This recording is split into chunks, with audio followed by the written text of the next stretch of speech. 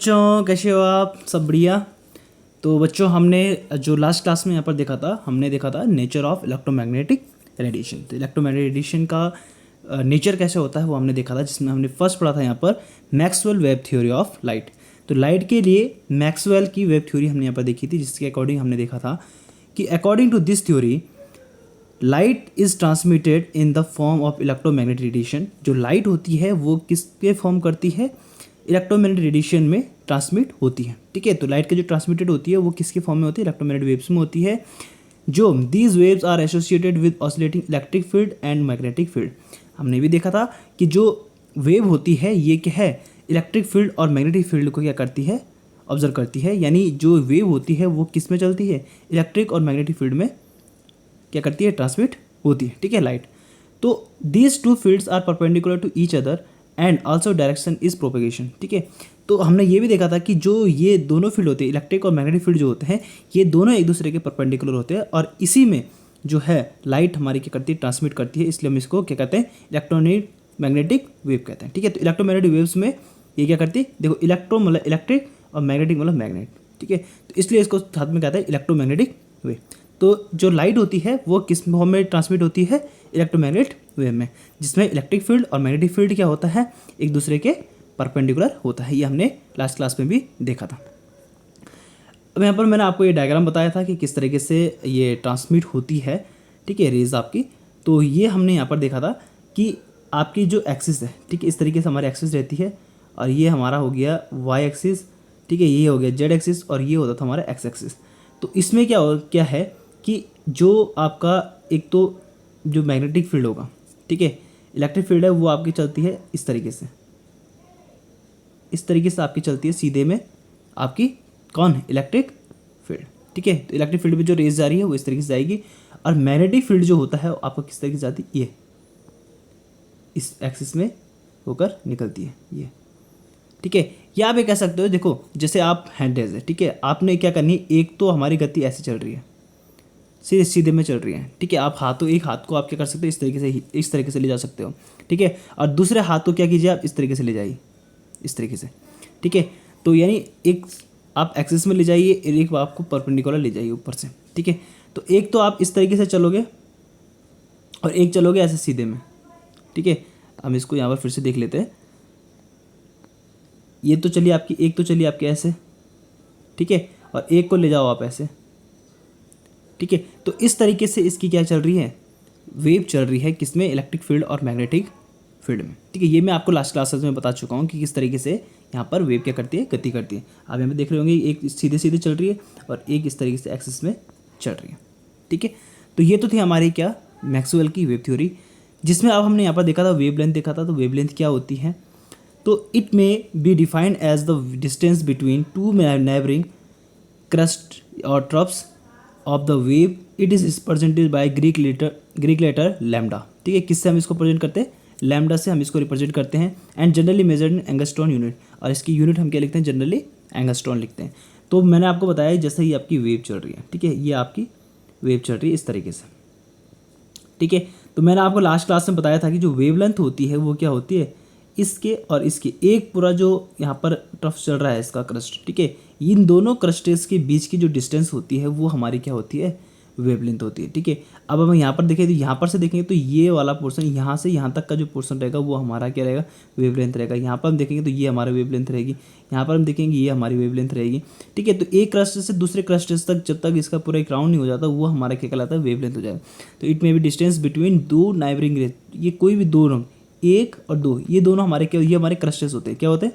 Crust. इनको हम क्या बोलते हैं? क्रस्टेस बोलते हैं। और नीचे वाले को हम क्या कहते हैं? ट्रफ कहते हैं। तो इनके ट्रफ, दो ट्रफ के बीच की डिस्टेंस या दो क्रस्टेस के बीच की डिस्टेंस जो होती है हमारी वो क्या कहलाती है? वेवलेंथ कहलाती है। ठीक है, ये हमने यहाँ पर देखा था, जिसमें हमने कुछ वैल्यूज़ इसकी देखी थी कि 1 एंगस्ट्रॉन कितना होता है? 10⁻⁻10 मीटर होता है, और 1 नैनोमीटर होता है हमारा 10⁻�9 मीटर। जिसमें हमने 1 सेंटीमीटर देखा था, 1 सेंटीमीटर का मतलब होता है 10⁻⁻2 मीटर, यानी 100 पीस ऑफ पार्टिकल, किसी पार्टिकल का 100 पीस है। ठीक है, 1 नैनोमीटर हमने देखा 10⁻⁹ मीटर होता है, 1 एंगस्ट्रॉन होता है 10⁻10 मीटर, और 1 पिकोमीटर होता है आपका 10⁻12 मीटर। तो ये वैल्यूज़ आपको कुछ याद रखनी है। और 10⁻⁻6 माइक्रोमीटर जो होता है आपका, ठीक है, माइक्रोमीटर जो आपका होता है वो होता है हमारा एक माइक्रोमीटर, 1 माइक्रोमीटर होता है आपका 10⁻⁶ मीटर। ठीक है, क्या होता है 10⁻⁶ मीटर। तो ये तो था हमारे क्या कुछ वेवलेंथ की वैल्यूज़, जिसको हम इस तरीके से लिखते हैं, नैनोमीटर में आता है, पिकोमीटर में आता है, माइक्रोमीटर में आता है। तो आपको कंफ्यूज नहीं होना है। आपने क्या 10⁻⁶, अगर माइक्रोमीटर लिखा है तो 10⁻⁶ हो गया, नैनोमीटर लिखा है 10⁻�9 हो गया, पिकोमीटर लिखा है तो 10⁻12 हो गया, और एंगस्ट्रॉन लिखा है तो वहाँ पर आप कंफ्यूज नहीं होना है कि एक एंगस्ट्रॉन होता है आपको 10⁻10 मीटर। उसके बाद बात की थी बच्चों हमने फ्रीक्वेंसी की। तो फ्रीक्वेंसी हमने यहाँ पर देखी थी। तो फ्रीक्वेंसी हमने देखा कि it may be defined as the number of waves which pass through particular point in 1 second. एक सेकेंड में किसी पर्टिकुलर पॉइंट से कितनी वेव जो है वो पास हुई है वहाँ से, वो हमारी क्या कहलाती है, फ्रीक्वेंसी कहलाती है। मैंने आपको बताया था कि जिसकी एनर्जी ज़्यादा होगी वो क्या होगी, ज़्यादा। उसके बाद फ्रीक्वेंसी मैंने आपको बताया कि एक दरवाज़ा है, एक दरवाज़ा अगर मैं 1 सेकंड के लिए खोलता हूँ तो जितने लोग बाहर होंगे, अगर फुर्ती में जितने लोग अंदर चले गए तो जितने लोग अंदर गए वो हमारी फ्रीक्वेंसी कहलाएंगी। ठीक है, तो यानी आपकी जो फ्रीक्वेंसी है वो किस किस पे डिपेंड करेगी, एक सेकंड पे डिपेंड करेगी और एक वेव पे डिपेंड करेगी, कितनी वेव कितने सेकंड में अंदर गई। ठीक है, तो साइकिल पर सेकंड हम इसको कहते हैं, सीपीएस हम इसको कहा जाता है। इसकी यूनिट जो होती है सीपीएस होती है, जिसको हम हर्ट्ज में लिखते हैं। तो साइकिल पर सेकंड मतलब एक सेकंड में कितनी साइकिल्स अंदर गई, यानी कितनी वेव अंदर गई, तो ये फ्रीक्वेंसी है। ठीक है, अब हमने यहाँ पर देखा था हायर फ्रीक्वेंसी और लो फ्रीक्वेंसी। मैंने आपको यहाँ पे बताया था कि हायर फ्रीक्वेंसी क्या होगी, जहाँ पर क्या आएगी, वेव लेंथ जो है आपकी, जो वेव है वो क्या होगी, पास होगी, इस तरीके से पास होगी। तो ये हमारी क्या है, इसकी फ्रीक्वेंसी ज़्यादा होगी, क्योंकि ज़्यादा लोग अगर पास होंगे तो जल्दी जितनी कम समय में ज़्यादा लोग अंदर जा पाएंगे। लो फ्रीक्वेंसी में बताया जहाँ पर आप क्या है, दूर आप खड़े हो, यानी मैंने आपको बताया था कि एक हाथ की डिस्टेंस में मैं आपको खड़ा करता हूँ तो 1 सेकंड में कम लोग अंदर जा पाएंगे, पर जितनी ज़्यादा लोग पास खड़े होंगे उतने ज़्यादा लोग अंदर जा पाएंगे।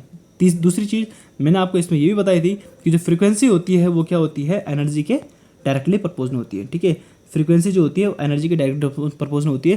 क्यों? क्योंकि भाई जिनके अंदर ज़्यादा एनर्जी होगी वो जल्दी अंदर जा पाएगा। ठीक है, और जो फ्रीक्वेंसी है, जो एनर्जी ज़्यादा होगी तो वेव भी ज़्यादा होंगी। ठीक है, एनर्जी है तो फटाफट से अंदर भागेंगे, उनके भागने की क्षमता उनकी ज़्यादा होगी, और उनकी एनर्जी कम होगी तो आराम से चल पाएंगे, और आराम जाएंगे तो 1 सेकंड में कम लोग अंदर जा पाएंगे। ज़्यादा एनर्जी होगी, फुल एनर्जेटिक होंगे तो वो फटाफट से रेस मार के अंदर जा सकते हैं। ठीक है, तो जो फ्रीक्वेंसी होती है वो एनर्जी की डायरेक्टली प्रोपोर्शनल होती है, ये मैंने आपको बताया था। ठीक है, दूसरी मैंने आपको इसमें यूनिट भी बताई थी कि जो आपकी यूनिट होती है 1 CPS हम लिखते हैं 1 हर्ट्ज। ठीक है, 1 किलो हर्ट्ज होता है आपके 10⁻³ हर्ट्ज। आपको पता है 1 किलो में 1000 का मल्टीप्लाई करते हैं तब जाके 10⁻³ हो जाता है। ठीक है, तो 1 किलो हर्ट्ज हो गया 10⁻³ हर्ट्ज, 1 मेगा हर्ट्ज हो गया 10⁻6 हर्ट्ज। ठीक है, तो ये तो हमारा हो गया। उसके बाद मैंने आपको बताया था कि जो वेवलेंथ, जो फ्रीक्वेंसी है वो वेवलेंथ की डायरेक्टली इन्वर्सली प्रोपोर्शनल होती है और एनर्जी की डायरेक्टली प्रोपोर्शनल होता है। ठीक है, इन्वर्सली प्रोपोर्शनल होता है, देखो जितनी ज़्यादा उसकी वेवलेंथ होगी, वो देखो वेवलेंथ अगर ज़्यादा है तो यानी वो दूर खड़े हुए हैं। ठीक है, वेवलेंथ अगर ज़्यादा है तो वो दूर यानी 10 मीटर, मैंने आपको बताया 10 मीटर में अगर वेवलेंथ ज़्यादा है, किसी भी क्रिस्टल्स की अगर वेवलेंथ ज़्यादा है, ठीक है, तो 10 मीटर में ज़्यादा कितने आएंगे, 2 या 3 आ पाएंगे। ठीक है, ये हो सकता है कि 2 या 4 ही आएँ। अगर उनकी डिस वेवलेंथ क्या है, कम है, 1 मीटर की वेवलेंथ है, तो पूरे 10 के 10 लोग 1-2 मीटर में आ सकते हैं। 10 मीटर में अगर 1 मीटर उनकी वेवलेंथ है, ओके, तो 10 मीटर में 10 वेव्स आ सकती है। बट अगर वहीं अगर 2-2 मीटर की उनकी वेवलेंथ होती है तो कितने जाएंगे, 5 ही तो जा पाएंगे। ठीक है, तो वही चीज़ मैं यहाँ पे बता रहा हूँ कि जितनी ज़्यादा इसकी वेवलेंथ होगी, जितनी ज़्यादा वेवलेंथ होगी उतनी कम उसकी फ्रीक्वेंसी होगी, क्योंकि उतनी कम उसमें एनर्जी होगी, उतनी कम स्पीड से वो अंदर जा पाएंगे। ओके, उतने कम लोग अंदर जा पाएंगे, और जितनी कम उसकी वेवलेंथ होगी उतने ज़्यादा लोग पास होंगे, और उतनी ज़्यादा जो है वेव्स सेकंड में अंदर जा पाए कम समय में। तो ये हमारी जो होती है वेवलेंथ, वो जो फ्रीक्वेंसी होती है वो वेवलेंथ के इन्वर्सली प्रोपोर्शनल होती है और एनर्जी के डायरेक्टली प्रोपोर्शनल होती है। मैंने आपको लास्ट क्लासेस में बता दिया था। उसके बाद हमें वेलोसिटी की बात की थी बच्चों। वेलोसिटी क्या होती है आपकी, the distance travel by a wave 1 second is called velocity of the wave. 1 second में कितनी वेव ट्रेवल कर रही है, कितना डिस्टेंस वो ट्रेवल कर पा रही है, वही है। ठीक है, आपका जो चाल होती है, आपकी जो स्पीड होती है, स्पीड बराबर क्या होता है आपका डिस्टेंस अपॉन टाइम होता है। तो पर टाइम में, पर सेकंड में कितने डिस्टेंस उसने ट्रैवल की है किसी भी वेव ने, तो वो हमारी हो जाती है वेलोसिटी। ये आपको सभी को पता है। ठीक है, तो सी हमारी हो जाती है स्पीड। अब हम लाइट के बारे में पढ़ रहे हैं तो लाइट की जो स्पीड होती है हमको सी लिखते हैं। ठीक है, और न्यू हो जाएगा आपकी फ्रीक्वेंसी।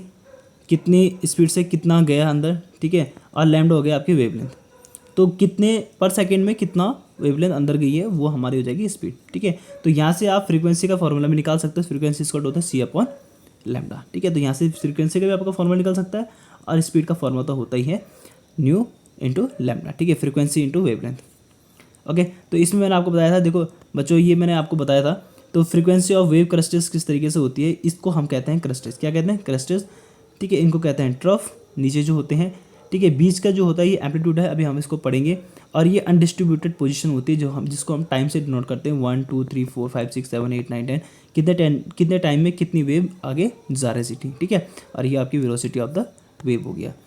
इसके बाद हमने पढ़ा बच्चों, इसके बाद हम पढ़ेंगे वेव नंबर। वेव नंबर हमने पढ़ा, it may be defined as the number of wavelength per unit length. किसी पर यूनिट लेंथ में, एक यूनिट लेंथ में कितनी वेवलेंथ है वो उसकी कितने हो जाएगा, वेव नंबर हो जाएंगे। यानी अगर मैं यहाँ पर 1 है, ये 1 है और ये 2 है, 3 है, 4 है, ठीक है। तो कितने लेंथ में, 1 मीटर में कितनी वेवलेंथ गई है। अब मैं इसको, ये मैंने यहाँ पे पूरा 2 सेंटीमीटर माना है, इतना मैंने पूरा 2 सेंटीमीटर माना है। अब इसमें कितनी वेव गई है, एक तो ये गई है यहाँ से यहाँ तक एक वेव होती है, एक ये गई, 2 3, ठीक है, 3, 1 2 3 4 यहाँ पर गई, यहाँ से भी गई है, ठीक है। तो 4 वेवलेंथ जो है यहाँ से वेव गई, तो इसका 4 साइकिल हम इसको कह सकते हैं, ठीक है। 4 साइकिल है, तो इसमें कितनी, 2 सेंटीमीटर में कितनी साइकिल गई है, 4 साइकिल, यानी तो इसका वेव नंबर कितना हो गया, 4 हो गया, ठीक है। It may be defined as the number of wavelength per unit length. किसी एक यूनिट लेंथ में कितनी वेवलेंथ वहाँ पर है, कितनी वेव्स वहाँ पर निकली है, वो हमारे हो जाएंगे वेव नंबर, ठीक है। It is denoted by V naught. किससे? वी नॉट से हम इसको डिनोट करते हैं। It is generally express by centimetre inverse या मीटर इनवर्स, ठीक है। पर मीटर में अब हम देखेंगे पर मीटर में कितनी गई, पर मीटर में कितनी गई, तो वी आपका हो जाएगा 1 अपॉन लैम्डा, ठीक है। तो 1 अपॉन लैम्डा हमने यहाँ पे देखा था कि न्यू अपॉन सी, हम इसको लिख सकते हैं, ठीक है। तो सी अपॉन लैम्डा यहाँ पे देखो, अब बताओ किस तरीके हो गया, ये हो गया V bar is equal to 1 upon lambda लिखा ना। तो लैम्डा हमने अभी फ्रीक्वेंसी में क्या पढ़ा था, लैम्डा हमने पढ़ा था C upon lambda, sorry C upon frequency, ये पढ़ा था हमने।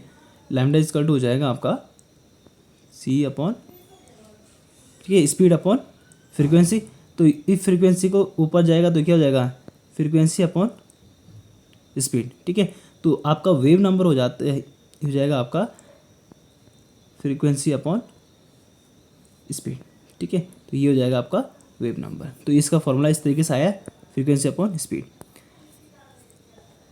ओके बच्चों, तो यहाँ से हमने देखा कि यहाँ पर आपने देखा आपके पास दिया गया अगर 4 साइकिल है, ठीक है, ये 2 सेंटीमीटर का 2 सेंटीमीटर टोटल है, इसमें 4 हैं, तो 4 का मतलब क्या होगा, 0.5 का एक वेवलेंथ होगी।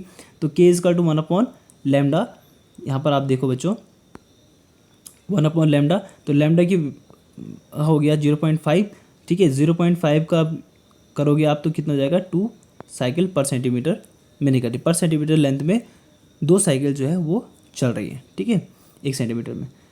इसके बाद हम बच्चों बात करते हैं एम्पलीट्यूड।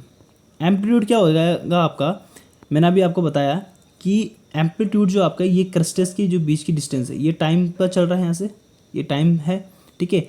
इससे ऊपर आपका जो क्रस्टेस है, ये नीचे ट्रफ है, तो इस लाइन से ट्रफ के बीच की जो डिस्टेंस है ये वाली डिस्टेंस, ठीक है, ये वाली डिस्टेंस अभी देख सकते हो, ये तो हमारा टाइम का चल रहा है, ठीक है, टाइम लाइन चल रही है।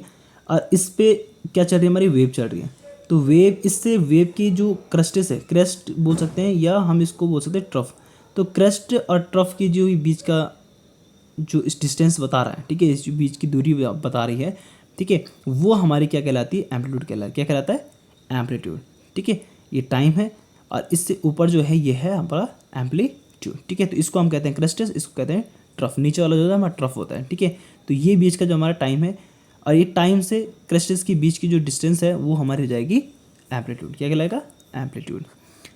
अब हम बात करते हैं बच्चों प्लांक क्वांटम थ्योरी। किसकी बात करते हैं, प्लांक क्वांटम थ्योरी। तो इसको हम थोड़ा देख लेते हैं, इसी के बीच में आपकी आती है प्लांक क्वांटम थ्योरी।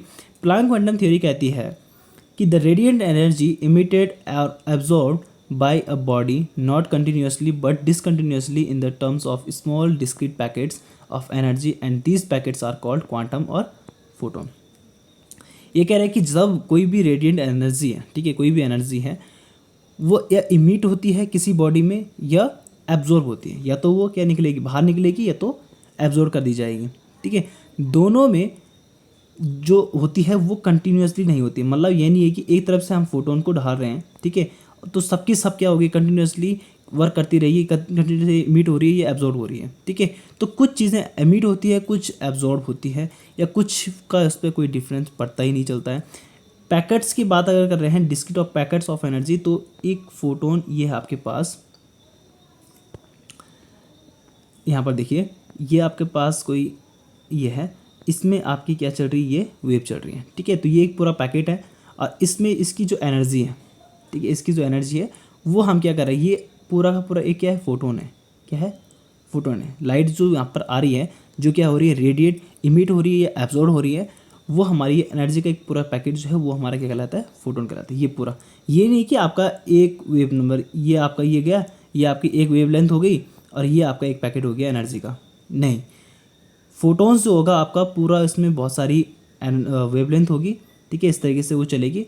तो ये पूरा का पूरा हमारा क्या है, फोटोन है। इसको हम पूरा फोटोन कहते हैं, जो एक रेडिएट एनर्जी को इमिट करने के लिए या एब्जॉर्ब करने के लिए जितनी एनर्जी की आवश्यकता होती है किसी भी बॉडी में, कोई भी अगर हम एनर्जी को रेडिएट कर रहे हैं, ठीक है, तो उसको इमिट या एब्जॉर्ब करने के लिए जितनी एनर्जी की ज़रूरत होती है वो हमारा पूरा का पूरा पैकेट जो होता है हमारा क्या कहलाता है, फोटोन कहलाता है, ठीक है।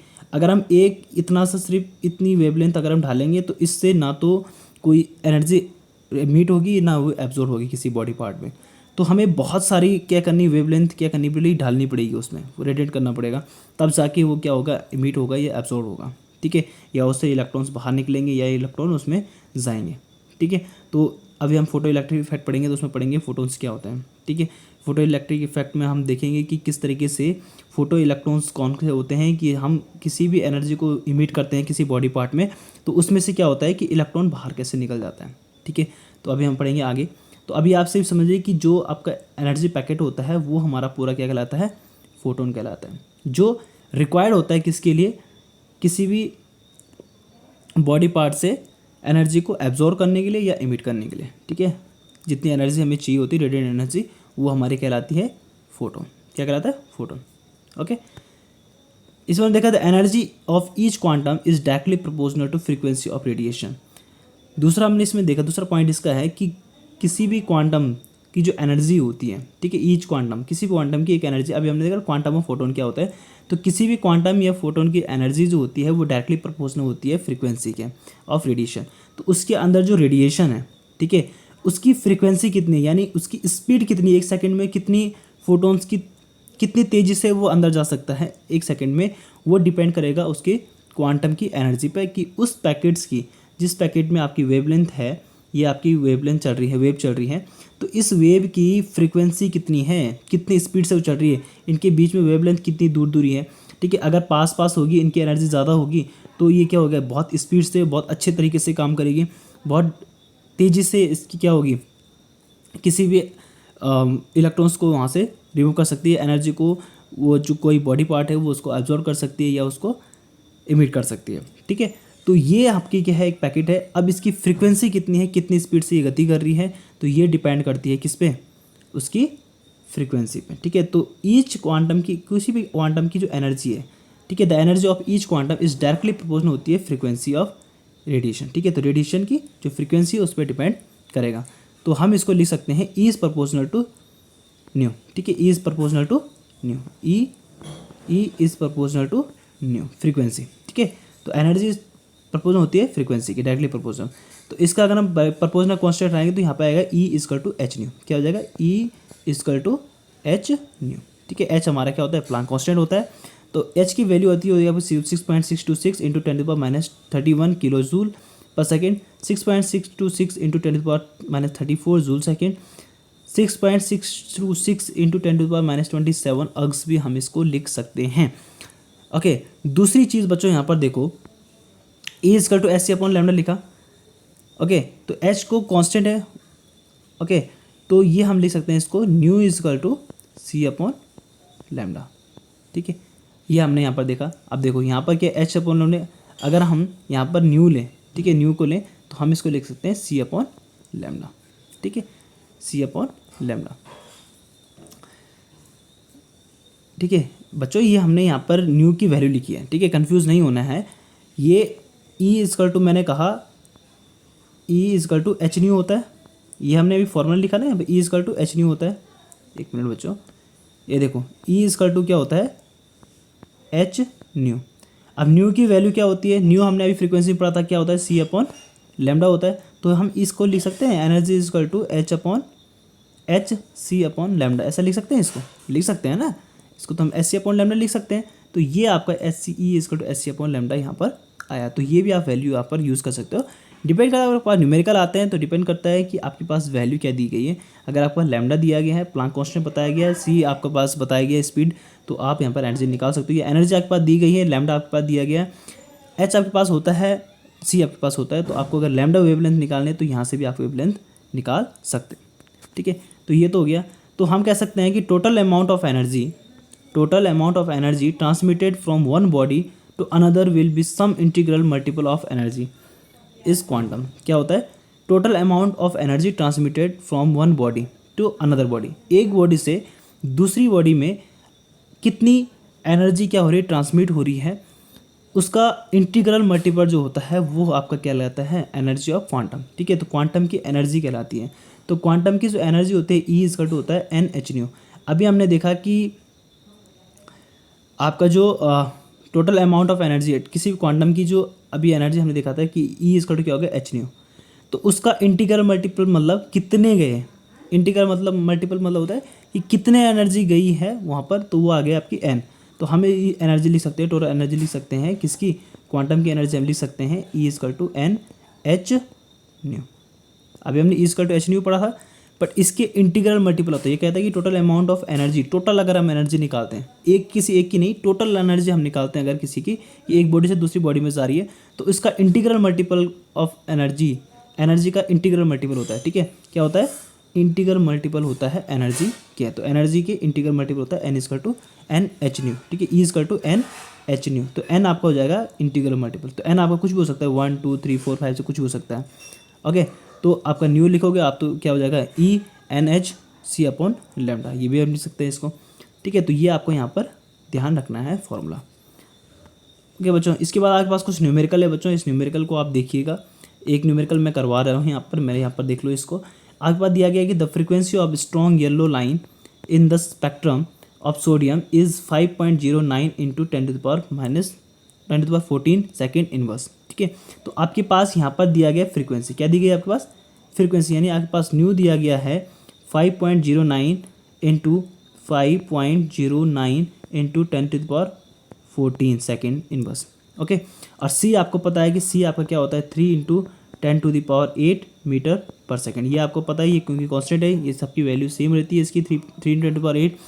बट आपके पास फ्रीक्वेंसी दी गई, तो फ्रीक्वेंसी आपके पास दी गई है, सी आपके पास दिया गया।